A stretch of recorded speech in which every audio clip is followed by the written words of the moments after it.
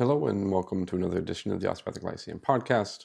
As noted previously, I'm going to start to go through a little bit more history of the profession in order to, again, bring a different angle. There's other places where of the profession's been discussed. There's other places where maybe it's been discussed better, more accurately, but sometimes to give it a different angle. So a phenomenon that I have noted quite a few years ago was sometimes the message is correct, but the messenger is wrong.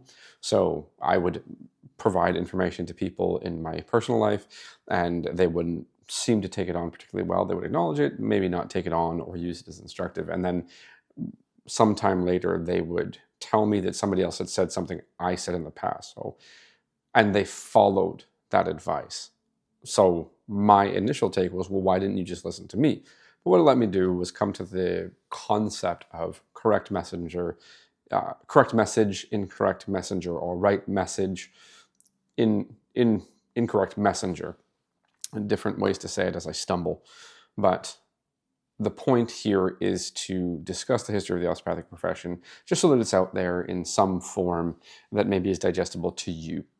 So I'm going to read some stuff from Dr. Still's writings, or at least the books that are attributed to him. Maybe he had some help in writing, maybe he didn't. I don't actually necessarily know. What I want to focus on is the word discovered, because what it allows us to do is in some way frame how he viewed the growth of the profession. He didn't say he founded it. He didn't say he started it. He wasn't the founder of osteopathy, in his own words. He was the discoverer of osteopathy. So I'm going to go through a few quotations just to flesh that out a little bit. And then I'll read one of my favorite quotations, partially because it would suggest in some way how Dr. Still viewed, especially later on in his career, how one should approach the building of knowledge. Everybody's going to have errors in the way that they build knowledge, but if you are trying to avoid errors, or are you trying simply to build on what's already been done, and you're not a bit of a maverick, then sometimes you're not going to be... You may avoid errors, you may avoid failure, but you may also avoid success, or a unique success. So to flesh that out, I'll read a quote there. So the first thing that I want to read is part of the preface, or maybe most of the preface, from Philosophy of Osteopathy. I think this was 1899, or this version is 1899. Either way, this is Philosophy of Osteopathy. I'll read partway through the first paragraph of the preface. Osteopathy is only in its infancy. It is a great unknown sea just discovered, and as yet we are only acquainted with its shore tide. When I saw others who had not more than skimmed the surface of the science taking up the pen to write books on osteopathy, and after having carefully examined their productions, found they were drinking from the fountains of old schools of drugs, dragging back the science to the very systems from which I divorced myself so many years ago, and realized that hungry students were ready to swallow such mental poison, dangerous as it was, I fully became awakened to the necessity of some sort of osteopathic literature for those wishing to be informed. Okay, so he's partially talking about the fact that other people who had barely graduated or had just graduated from his school, the ASO, had written books. The first of which was E.D. Barber. So if you look back on the YouTube channel, you'll find some stuff on E.D. Barber, or Elmer D. Barber? I don't remember what the D's for. But anyways, E.D. Barber, you'll find some stuff there. Also that he's pointing to an interesting phenomenon whereby whatever details somebody is presented with, those are the details they'll be able to think with. So if somebody else other than Still wrote a book and they've put him through a filter to share the details they think he shared, then whoever reads those books, because they're looking for something, well, they're going to be reading from those details. And maybe those are not necessarily the details that he would prefer. So he talks about the old system of drugs. I think, is that how he said it? Yeah, drinking from the fountains of old schools of drugs. Yeah, old schools of drugs. So he's noting, at least in some way, the phenomenon of, with respect to the cognitive psychology, thinking is dependent on details. So if the only works available on osteopathy are written by people that are not Dr. Still, well, you'll use these details because those are what are available to you. Right? I want to read a little bit more yeah, I'm going to read more of that preface again from Philosophy of Osteopathy. This book is free from quotations from medical authors and differs from them in opinion on almost every important question. I do not expect it to meet their approval. Such a thing would be unnatural and impossible. It is my object in this work to teach principles as I understand them and not rules. I do not instruct the student to punch or pull a certain bone, nerve, or muscle for a certain disease, but by knowledge of normal and abnormal, I hope to give a specific knowledge for all diseases. This work has been written a little at a time for several years, just as I could snatch a moment from other cares to devote to it. I have carefully compiled these thoughts into a treatise. Every principle herein laid down has been fairly well tested by myself and proven true. The book has been written by myself in my own way, without any ambition to fine writing, but to give you to the world a start in a philosophy that may be a guide in the future. Owing to the great haste with which the book has been rushed through the press to meet urgent demand, we will ask indulgence of the public for any imperfection that may appear, hoping the world may profit from these thoughts. I am respectfully A.T. Still, Kirksville, Missouri, September 1st, 1899. Okay, so to back up in the quote a little bit, or in what I read from, it is my object in this work to teach principles as I understand them and not rules. I do not instruct the student to punch or pull a certain bone, nerve, or muscle for a certain disease, but by a knowledge of the normal and abnormal, I hope to give a specific knowledge for all diseases. Okay, so that portion of it essentially points to the possible interpretation of attempting to teach a problem-solving framework. You can call it a philosophy, but it could also be called a problem-solving framework. The framework being understanding that there are going to be generally normalized presentations, especially mechanically, of a body. And when you find an abnormal presentation of those mechanics, then you would interface with it. This also phenomenologically would allow for the derivation of the quote attributed to Dr. Still, essentially, find it, fix it, leave it alone, nature will kindly take care of the rest. I haven't seen Dr. Still or any writing attributed to Dr. Still specifically that has the quote, find it, fix it, and leave it alone, but it is attributed to him. I have seen some places, I don't remember which book and I haven't looked for it, where he says nature will kindly take care of the rest, or at least that's my memory, and I could be wrong. I have the books right here, but I'm not going to check right now. I'll leave that for another time. But this idea of teach principles, know the normal and the abnormal. So when you find the abnormal, with the general hypothesis that there are mechanical correlates to health and disease states, which would be presented as normal mechanics would be a health state. Abnormal mechanics would be a disease state.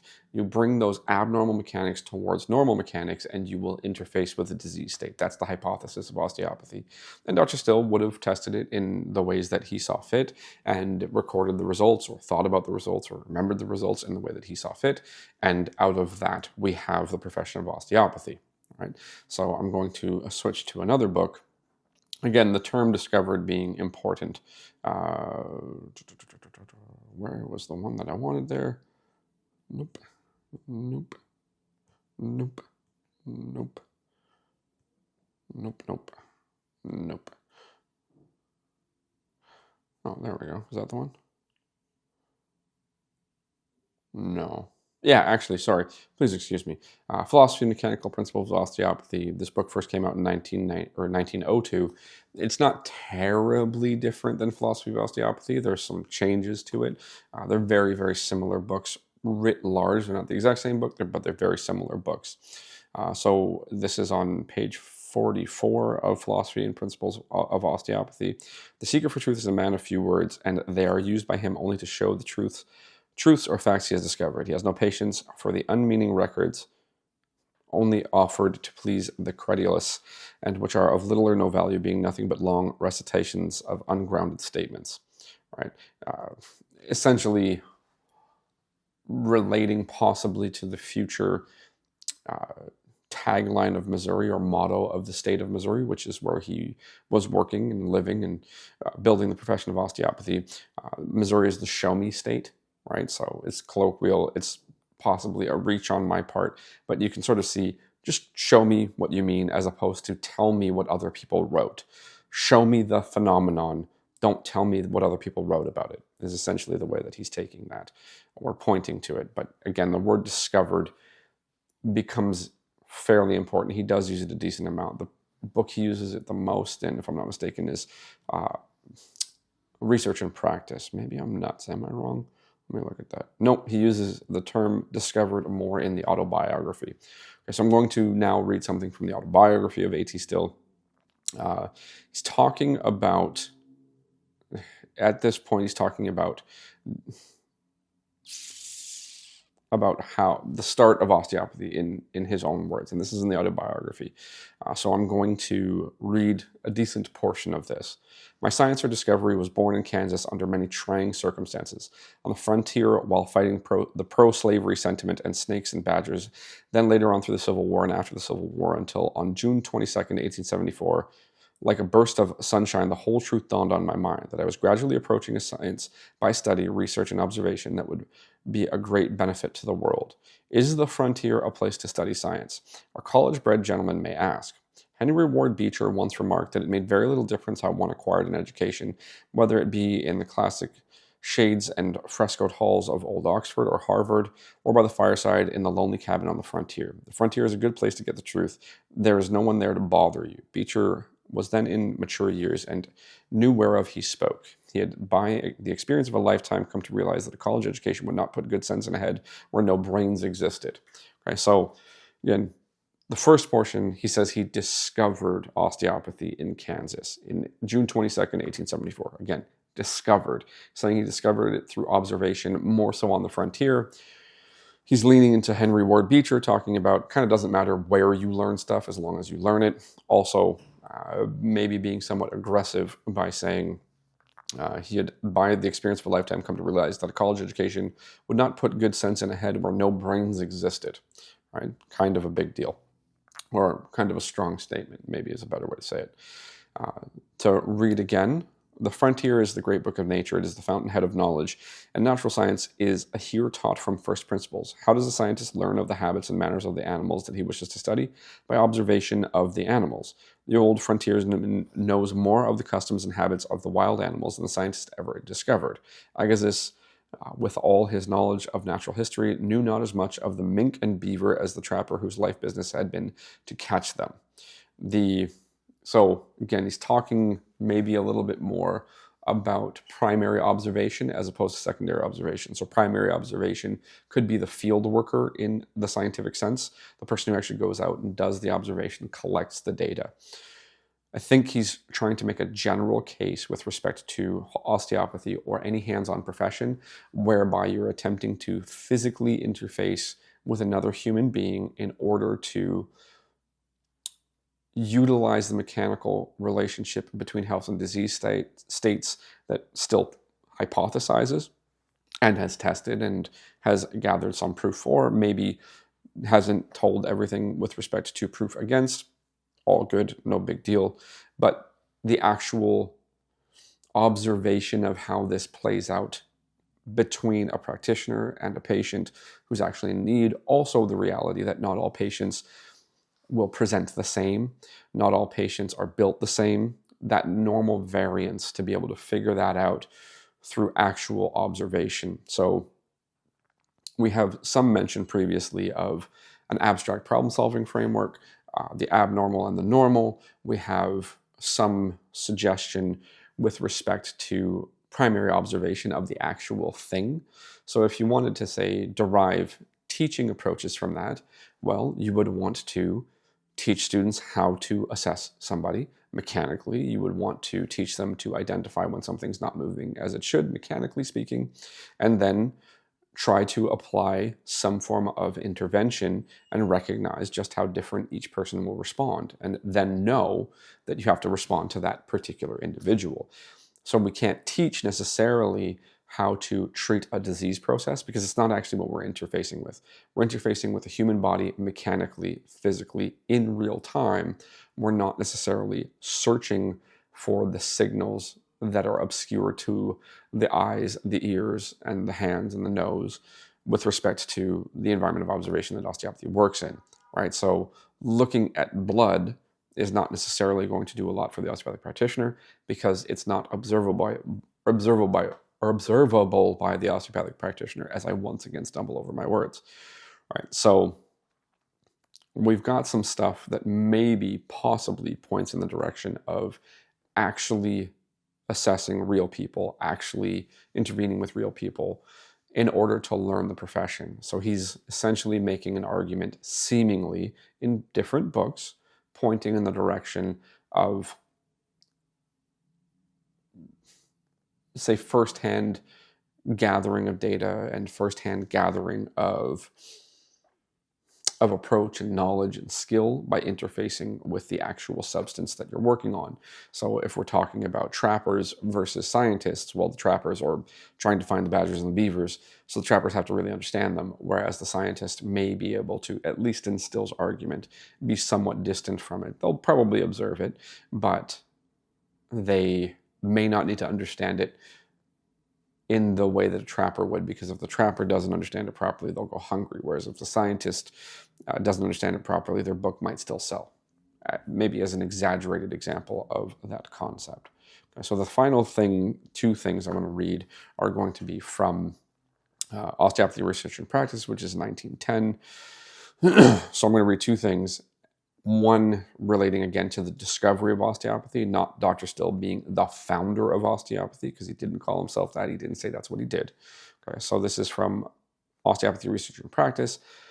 The mechanical principles on which osteopathy is based are as old as the universe. I discovered them while I was in Kansas. You can call this discovery accidental or purely philosophical. I was in the practice of medicine and had been for several years. I treated my patients as other doctors did. A part of them got well and a part died. Others, both old and young, got sick and well without the assistance of a medical doctor. Right? So the portion that I like, as somebody who would want to quote something, is the first sentence, or first two sentences rather, to go back. The mechanical principles on which osteopathy is based are as old as the universe. I discovered them while I was in Kansas. Right, so pretty straightforward, pretty blunt statement. But again, the key word being discovered. Right, now, to look towards the concept of how one would approach learning, one would approach being somewhat of a maverick, as Dr. Still was. We're going to read another quote. Where? Here we go. So this is, if you've ever read Osteopathy Research and Practice, the paragraphs are numbered. So this is from paragraph 912. And I'll read this. It's relatively long, at least in the written form. Maybe the spoken form will be slightly quicker.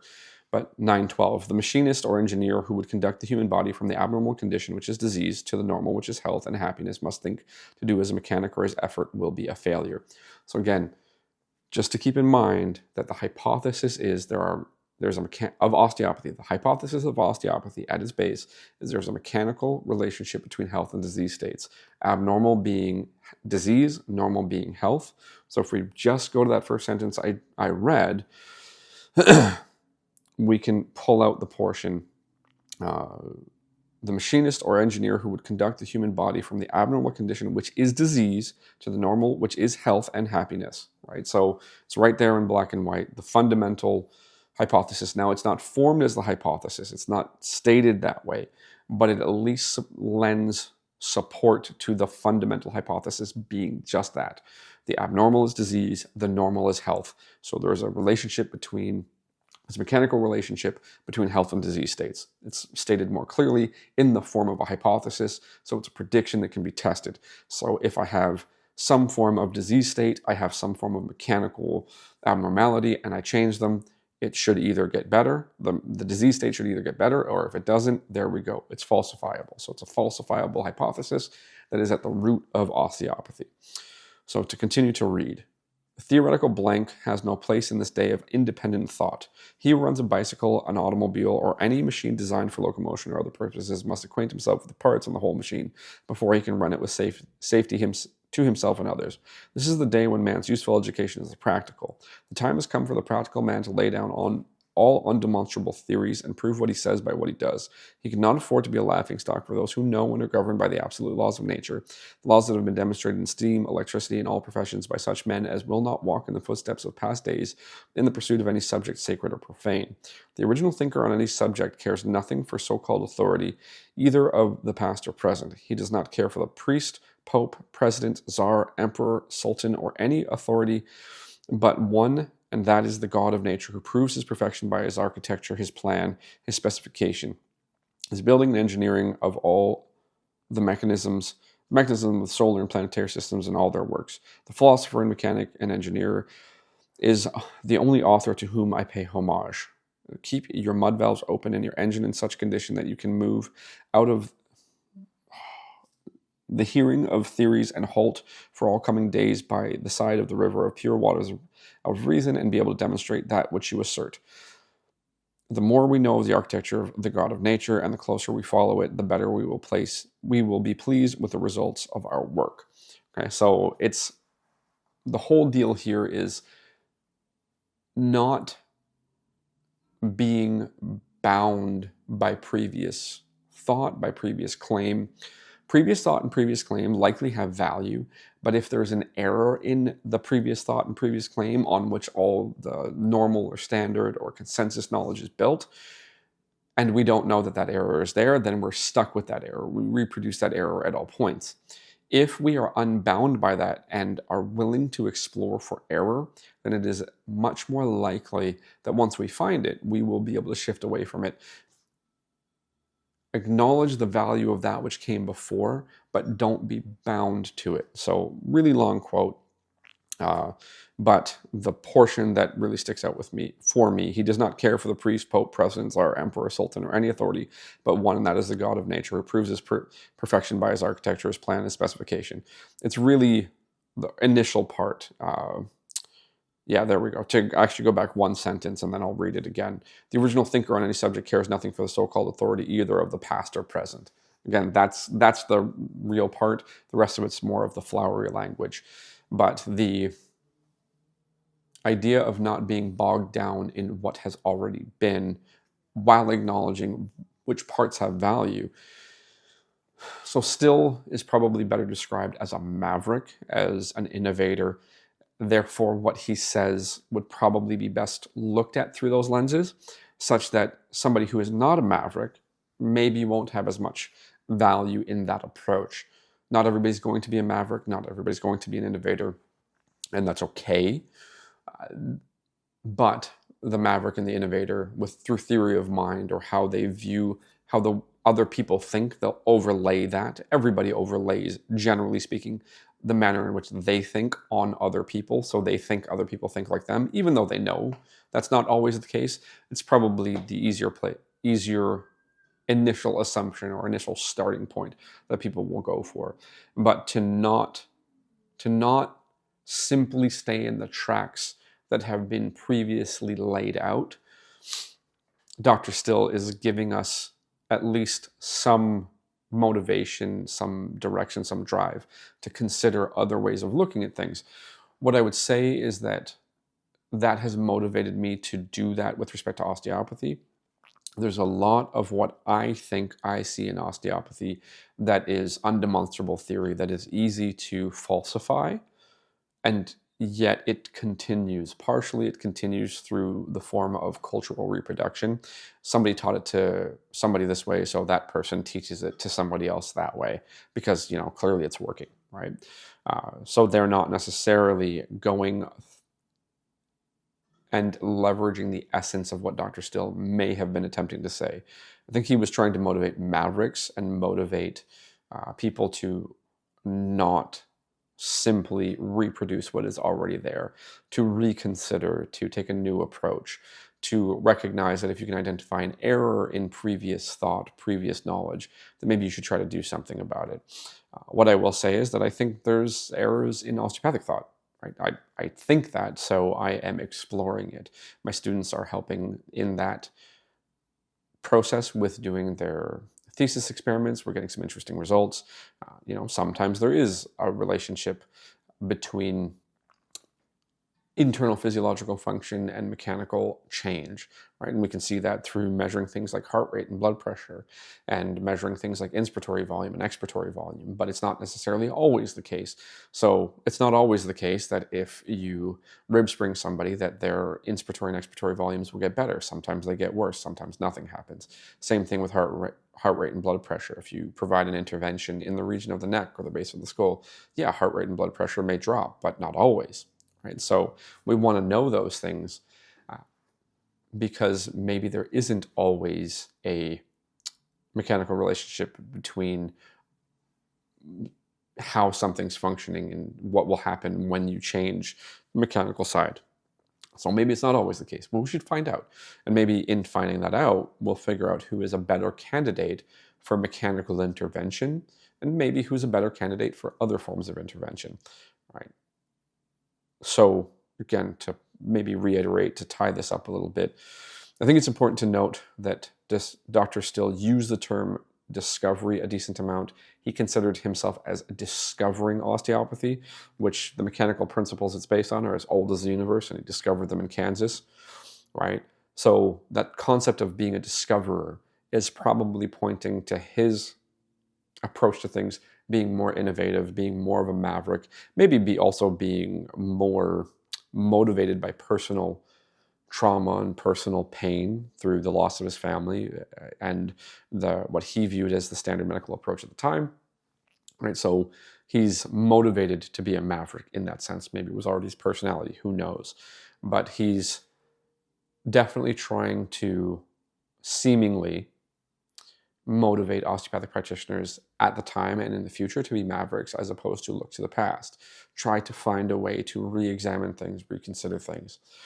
So at least in my experience within the profession and my experience with reading what Dr. Still wrote, I would say I'm doing my best to consider that motivation of rethinking, re-examining, identifying errors, trying to make things better by not being stuck in the stories that are already there, right? So hopefully, maybe what I'm doing, way to kneecap my sentences. Hopefully the approach that I'm taking, the way that I'm sharing information motivates somebody else today, in the future, who knows, to reconsider, to identify errors, to try to make things better.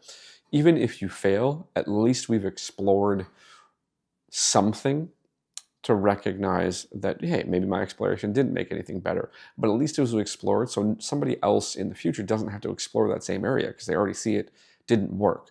Now we can explore a new area, do it again. Maybe we find some success there, but just because we find some success there doesn't mean we stay there. We should still reconsider and examine another angle, another area.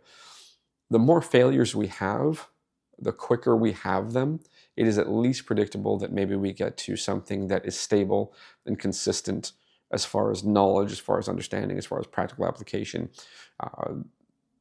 that's useful, right? So maybe we explore and we fail more, but then we get to what's useful quicker, right? So hopefully somebody out there is motivated to be a maverick with the underlying technical skills of being rigorous, utilizing the scientific method, understanding the concepts that underpin that, and also considering Dr. Still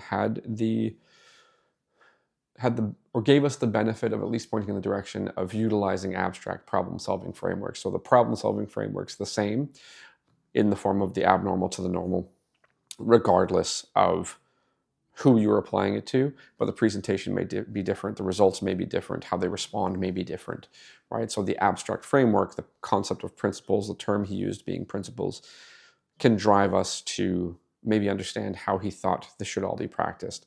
So that, at least in some way, allows me to have a greater sense of confidence that when I use a heuristic-based problem-solving framework or a heuristic framework to perform and teach osteopathy, that it's at least in the general range of what maybe Still was suggesting.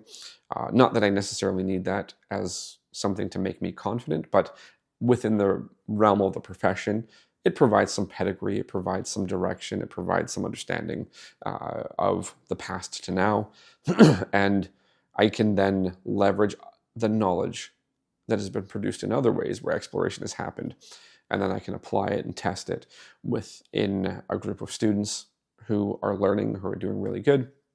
So it all seems to come together, at least when you think about it, with those details that you already have. So maybe I'm just coming to conclusions that I'm more likely to come to. Maybe I'm on the right track. We'll keep exploring. So thank you for listening this far. Hopefully learned something. We'll talk again soon.